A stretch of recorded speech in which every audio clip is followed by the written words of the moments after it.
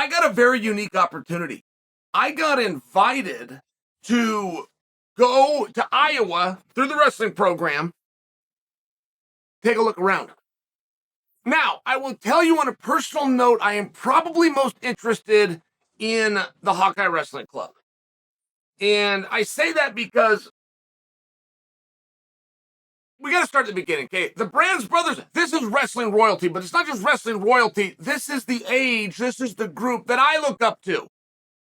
These are the guys that are of the age, right? When I'm an 8th grader, they're in college, they're coming out. I've started to get into college. These are the guys that you're dreaming of being like. So, wrestling has changed so immensely since I was in there. Chuck Kearney was my coach, but he is one of the great minds. I mean, if you want to talk a historian, you want to talk about somebody that doesn't forget the way it happened and it will tell the story accurately. And Chuck will be the first to tell you. Wrestlers love to say that the sport has changed, but it really hasn't innovated. It truly hasn't innovated since the 90s. I mean, John Smith started taking you to the knee, just for example, instead of high up in the crotch. John Smith started taking you to the ankle, just by example. But John Smith was doing this in 88. He was doing it in 87 when he was the world champion. And Chuck will tell you the thing that changes the most about wrestling isn't actually the fundamentals of the sport or even the rules or feel it to the UWW. It's the business of wrestling. And if you wanted to be a great in my time, well, the Brands would be a perfect example. Perfect example. You had to attach yourself to a college program. And what that would look like, right? When you roll into the National Open, you've got all these guys that found a way to attach themselves to a college program. That means they would go in and they would work out with the college athletes. They would go in the morning and do whatever conditioning they were doing. They would go in the afternoon, do the same practice that they did when they had eligibility, and then they grab a group of 3 or 4 and they stick around and they do parterre for about 50 minutes. That's what it looked like. And you would go and you would win world and Olympic medals like this. And I'm sure the guys that were around, there's some caveats. I'm moving a little bit quickly here, but I'll bring to you this. It was a massive recruiting tool, particularly in the 90s, if you had a wrestling club attached to your athletic program, and not very many people did. It was another level of commitment, and it couldn't just be made by a coaching staff. That was a misconception. That commitment had to be made through the athletic department because they had to supply the money. Whether that was for coaches or for facilities, whether that was just to get the plane tickets to 2 or 3 events a year, right? Sunkist used to kick off our wrestling. I miss Sunkist. Boy, I hope Art Mattori brings that back. But the Sunkist tournament would kick off American wrestling. It was one of the great domestic tournaments in the history of the United States. I wish that it would come back, but that's how we kick things off. And maybe you'd get a tour overseas if you wanted to do one. And then you'd be in April ready for the Nationals. And the U.S. Open take you right to the World Team Trials. More recent, much more recent, 5-6 years, we came up with Final X. I believe Final X takes us back. Yeah, it doesn't take us to 16. It doesn't take us to 16. Let me just remember those Olympic trials. I remember Dake versus Cox in the finals, 185 pounds. My point being, in the 90s, you really needed, or it really helped you with recruiting if you had a club, and the Hawkeyes did. Right? Gable did. And Gable passed that right over to the Brands Bros. And I was watching the World Team Trials yesterday. When I tell you I'm going out to Iowa, I'm going to be real interested in that club. There's a reason, though. When I'm watching the World Team Trials yesterday, there's not a whole lot of teams.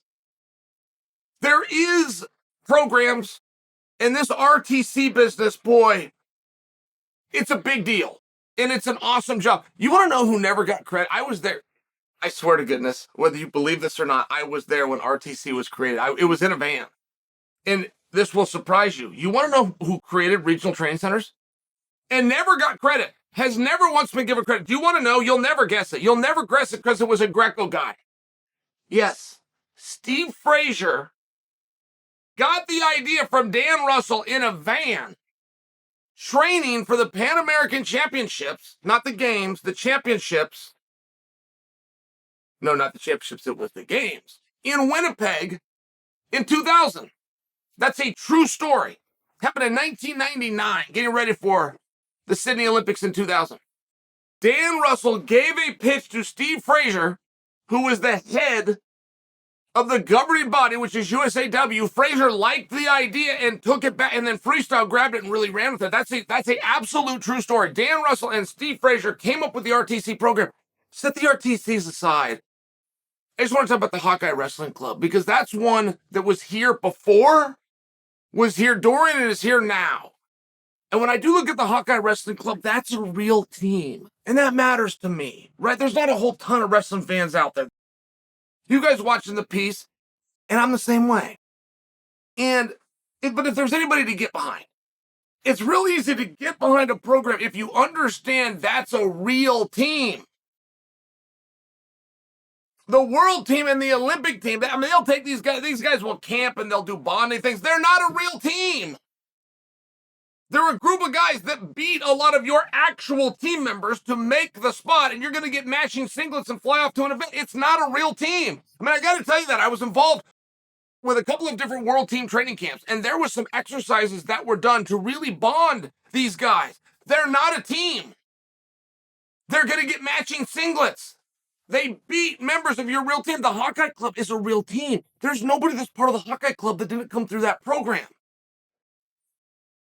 And over the history of time, that'd have to be a little bit more of a broad stroke. I can think of Chad Lamer would be a great example. Chad Lamer went on, became a world champion, university world champion through these guys. Made it to the final wrestle-off. Who beat Lamer? Lamer beat Dominic Black, and it was Melvin.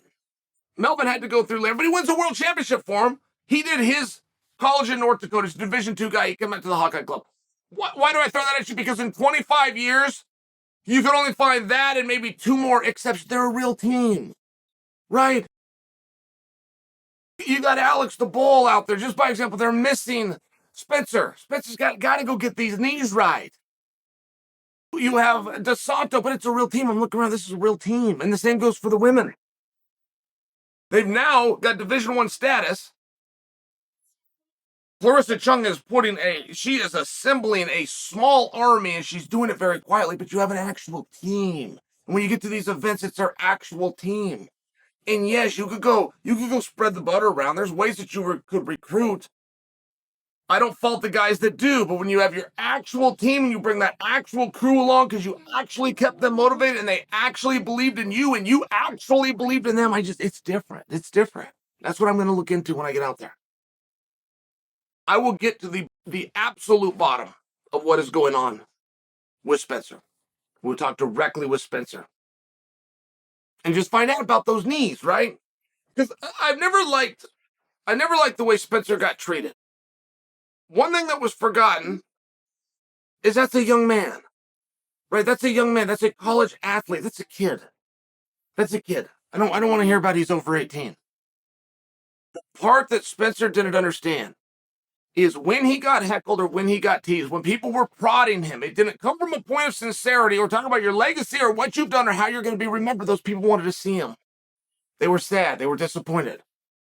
They were sad and disappointed they didn't get to see more Spencer. So they thought teasing and prodding was the way to get him onto the mat. That's the truth. And sometimes you got to choose.